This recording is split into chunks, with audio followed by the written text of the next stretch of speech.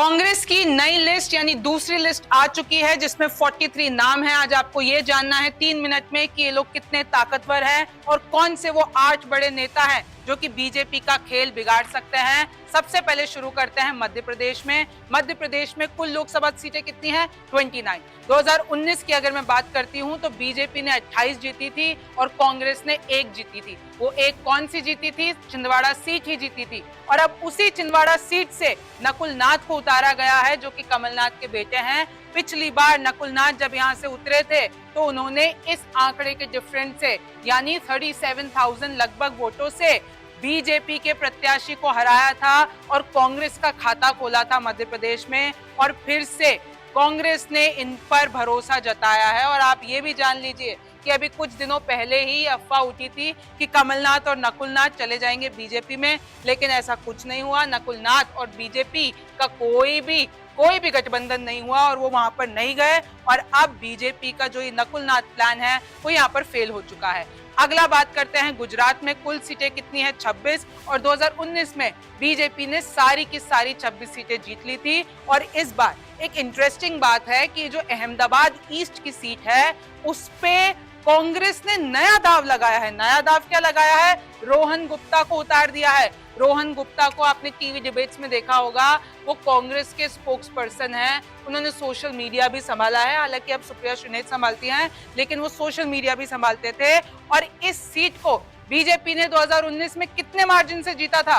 4.3 लाख। तो देखिए मोदी के गढ़ में यानी गुजरात में बीजेपी को हराना मुश्किल है, लेकिन ये नया दाव राहुल गांधी का कांग्रेस का कुछ कमाल कर सकता है। अगला बढ़िए, राजस्थान में कुल सीटें हैं 25 लोकसभा सीटें हैं। 2019 में 24 बीजेपी ने जीती और 1 हनुमान बेनीवाल की पार्टी आरएलपी ने जीती और ये दोनों साथ में लड़े थे। तो अब आप देखिए जो ये 2 सीटें हैं, एक तो चुरू जो कि बीजेपी जीती थी कितने मार्जिन से? 3.5 लाख। और कौन जीता था? राहुल कासवा। और अब ये जो राहुल कासवा हैं वो जाके कांग्रेस में शामिल हो चुके हैं। तो ये चुरू की सीट तो बीजेपी के हाथों से जाती हुई दिख रही है, क्योंकि जो बंदा 3.5 लाख से जीत सकता है और अब जाके कांग्रेस में शामिल हो गया है और उसको कांग्रेस ने वहीं से टिकट दे दिया, तो चुरू सीट तो अब बीजेपी के हाथों से लगभग गई।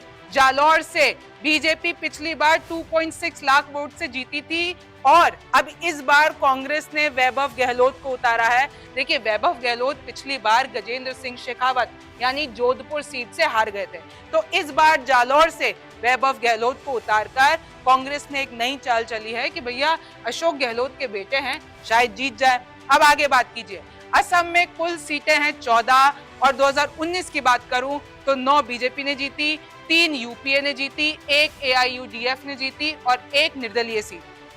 अब बात करते हैं काजीरंगा सीट की। तो देखिए काजीरंगा सीट अभी आपको पता होगा प्रधानमंत्री मोदी हाल ही में असम गए थे और यहीं गए थे। तो जो काजीरंगा है वो पिछली बार कांग्रेस ने जीती थी, कांग्रेस के गौरव गोगोई ने जीती थी कितने मार्जिन से?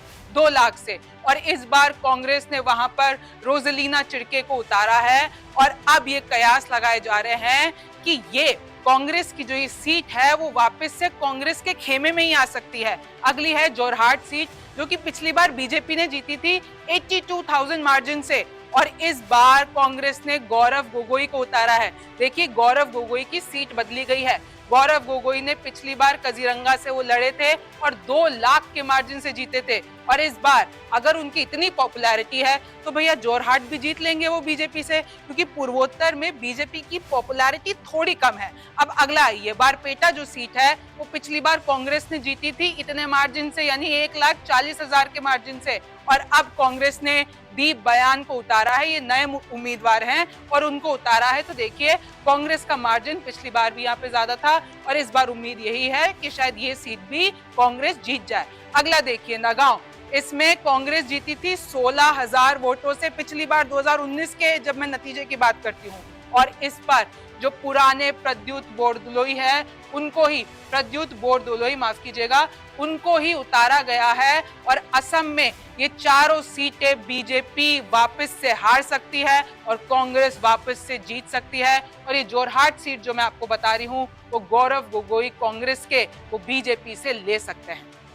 और थोड़ी सी आपको डिटेल्स बता देती हूँ, ये लिस्ट मेरे पास है और देखिए हर पे मैंने लिख रखा है असम से 12 कैंडिडेट्स घोषित हुए हैं, गुजरात से 7, मध्य प्रदेश से 10, राजस्थान से 10, उत्तराखंड से 3 और दमन और दीव से 1। और देखिए अब तक जो है इस पूरी लिस्ट में मैंने ये पाया कि 36 नाम नए हैं, यानी पुराने चेहरों को मौका नहीं दिया कांग्रेस ने, नए चेहरे उतारे हैं। 43 नाम हैं तो 36 तो नए चेहरे हैं। फिर आपने 33 यानी आपने पिछड़ा जाति को इसमें पूरा पूरा फोकस रखा है और 33 नाम ऐसे हैं जो कि पिछड़े वर्ग से आते हैं। तो जो राहुल गांधी कहते रहते हैं कि हम पिछड़ों के लिए करेंगे, वो इस लिस्ट में दिख रहा है कि उन्होंने उनको पूरी पूरी उम्मीदवारी दी है। और देखिए कांग्रेस ने पहली लिस्ट निकाली 39 लोगों की और अब दूसरी लिस्ट निकाली है 43 लोगों की, कुल मिलाकर हो गए 82। और मैं आपको ये बता दूं बीजेपी 195 की लिस्ट निकाल चुकी है, लेकिन अब तक दूसरी लिस्ट नहीं आई है। तो ये देखिए वर्सेस देख रहे हैं कि बीजेपी ने अब तक 195 कैंडिडेट्स निकाल दिए हैं